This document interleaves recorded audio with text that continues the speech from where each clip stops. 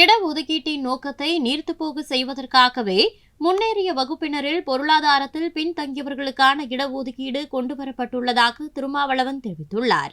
இடஒதுக்கீடு வறுமை ஒழிப்பு திட்டமல்ல, சமூகத்தில் நிலவுகிற பாகுபாட்டை ஒழிக்கும் திட்டம் என்றும் திருமாவளவன் விளக்கியுள்ளார்.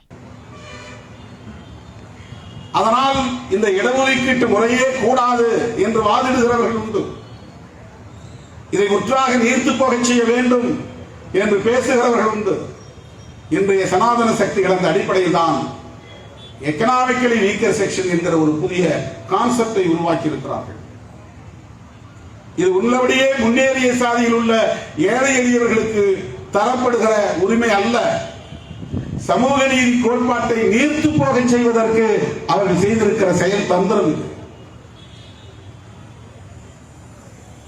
அது என்ன சாதி அடிப்படையில் மட்டும் உங்களுக்கு இடஒதுக்கீடு?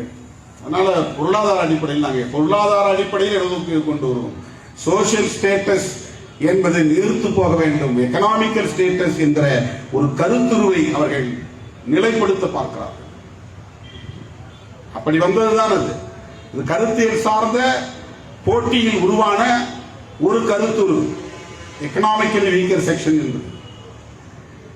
சமூகத்தால் உயர்ந்த முன்னேறிய பிரிவினர் என்று சொல்லப்படுகிறவர்களை பொருளாதார அடிப்படையிலே வலிமைப்படுத்த வேண்டும் என்றால் கல்வியிலே ஸ்காலர்ஷிப் கொடுக்கலாம், தொழில் தொடங்க கடனுதவி தரலாம், பொருளாதாரத்தை மேம்படுத்துவதற்கு வேறு பல வழிமுறைகள் இருக்கின்றன. இடஒதுக்கீடு என்பது வறுமை ஒழிப்புக்கான திட்டம் இல்லை. இடஒதுக்கீடு என்பது சமூகத்தில் நிலவுகிற பாகுபாட்டை ஒழிப்பதற்கான திட்டம். அது